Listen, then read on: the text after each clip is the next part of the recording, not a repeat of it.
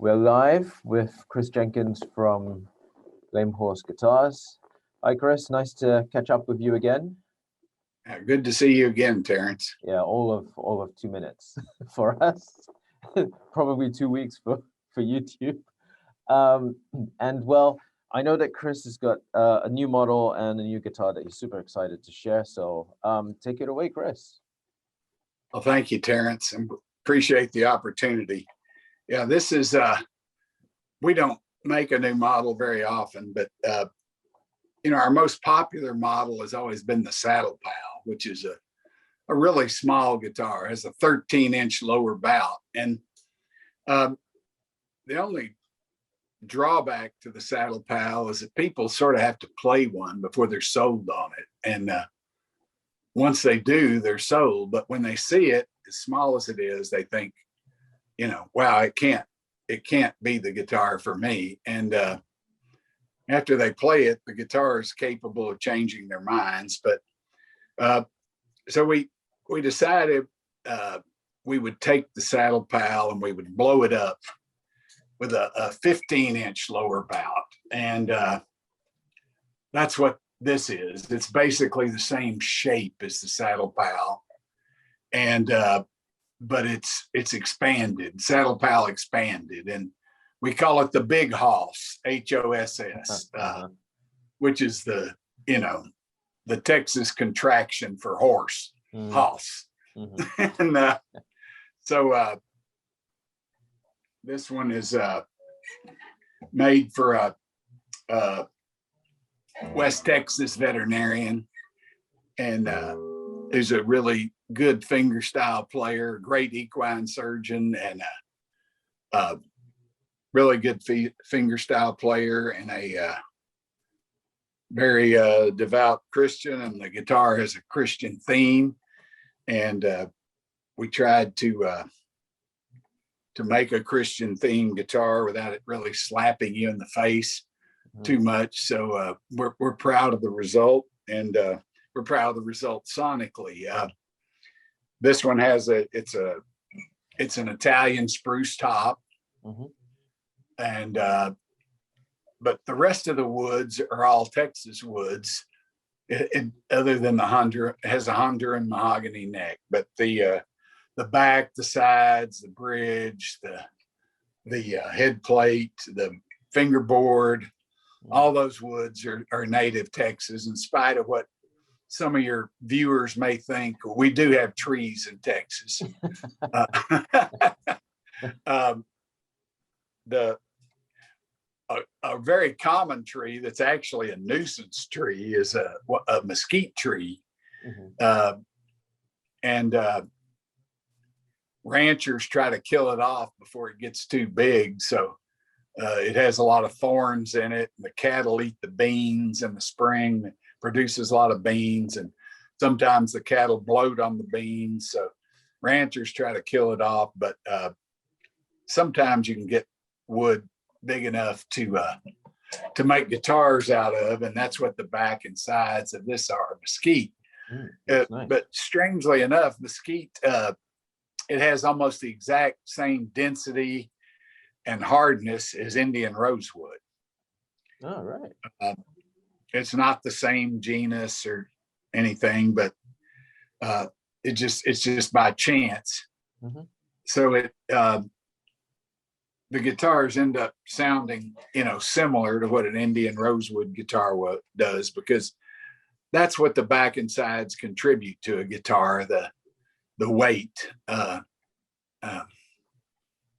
Other than that, they're just sort of eye candy, and this top is what's important to the sound. But the weight of the back and sides, and whether or not you build the guitar to have an active back that moves or not, that's important. So it's not that back and sides don't do anything and they're not important. It's just that you know, you can change the way a certain type of wood sounds by adding weight to it, or this and that.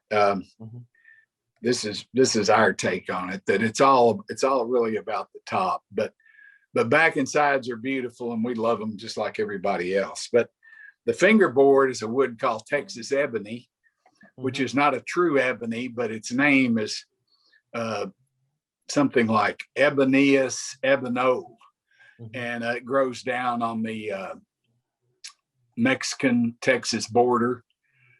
A relatively small tree, but it's extremely hard, harder than Indian ebony, and it machines extremely well. It's a little more brown in color than Indian or African ebony, but it's really a nice wood to work with. I really like it. You know, this model, like I say, it retains the shape of the saddle pal. This bridge is mesquite. It's colored a bit. Mesquite's usually lighter in color, as you can see. And I just thought it looked better if we darkened it. This one has lapis, purfling, and the rosette is Celtic cross. Carries over onto the fingerboard. I don't know if you can see that. Is that visible? Yeah. Oh, that's really nice. The Celtic knots. Yeah. Tuners are VS tuners from Brazil. This is our typical upgrade. Vitor down in Brazil makes these for us. They're really high quality. You know, roller bearing tuners, no slop, right up there, same type quality as Rogers, those type tuners, but a little more reasonably priced. They're expensive, but they're more reasonably priced than that. But the main thing about VS tuners is he will customize them for us just any way we want. He'll make the buttons out of anything we want. If we send him turquoise, he'll make the buttons out of turquoise. He would have made these out of lapis if we wanted him to. This particular owner, he liked these amber buttons. These are made out of amber. So we're really happy with this model. It does have a little more, you know, a little more bottom since it is a 15-inch guitar. And of course, the goal is to try to get a good attack, like a you know, a lightweight soundboard, but have a lot of sustain and overtones and things too.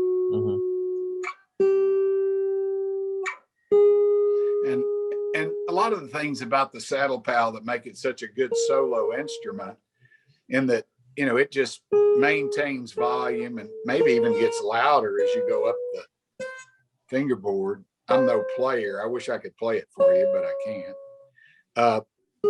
We were able to, you know, keep going on the big hoss. And you know, when we talked about soundboards, we talked about sound radiation coefficient. Oh yeah. One thing that we measure on the guitars is the monopole mobility, and that's the how much the top moves under a given weight. And there's been quite a bit of work on that, comparing different guitars, factory guitars and luthier guitars. And you know, for example, if you take a typical factory guitar, you know, a D18 or a Taylor, you know, one of their average models, it'd be about a 10 monopole mobility factor. And you get up into good luthier guitars, and really good monopole mobility is a 15, 16. The trick is to get a high monopole mobility without too much bridge rotation, you know, so the top's not pulling up. And the ideal amount of bridge rotation is between 1 and 2 degrees under string tension. Up to 3 is probably okay, 3 degrees. over that, you're starting to get into dangerous territory. So I'm happy to say this guitar has 1.4 degrees of bridge rotation, but the monopole mobility is 19.1. So it's really a sensitive, responsive top with but it's not in any danger of, you know, there's no belly on it, you know, nothing. It's really nice. Pretty balanced.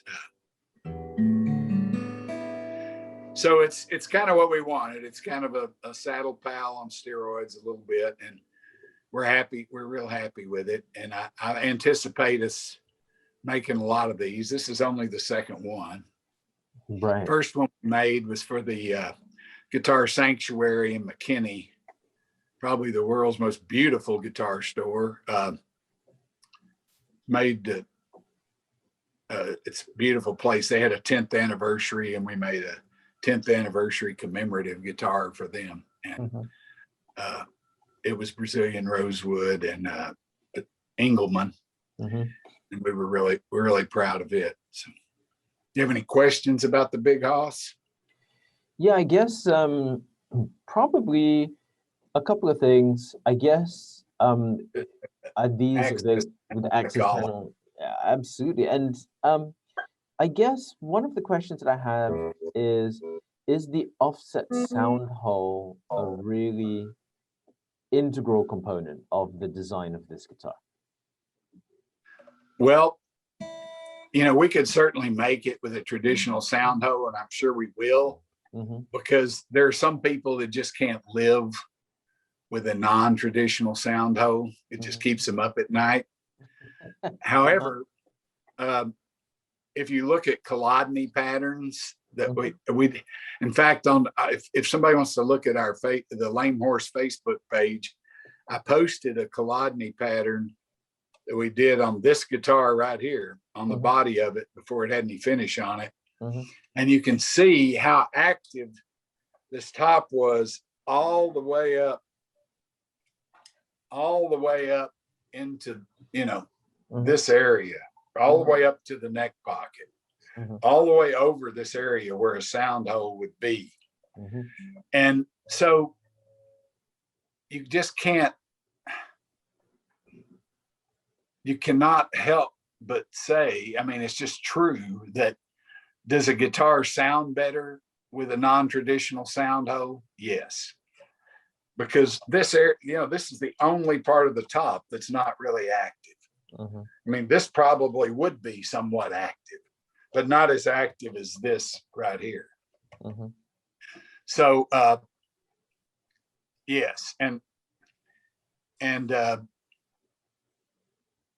it makes the guitar better, but the guitar can still sound really fine with a traditional sound hole. I mean, we know guitars with traditional sound holes can sound great. But my argument is they would sound better if they had non-traditional sound holes. So think how great they would sound, you know. But it's just, you know, it's everybody to each his own. You know, we don't argue with people that want traditional sound holes. That's their choice. We're building the guitar for them, not us. So right. Well, that's great. Well, thank you very much for the tour of your Big Hoss, and it sounds wonderful. And I'm sure we'll catch up again soon. Thanks again, Terrence. Good to see you. Likewise. Take care. Bye-bye. Take care now.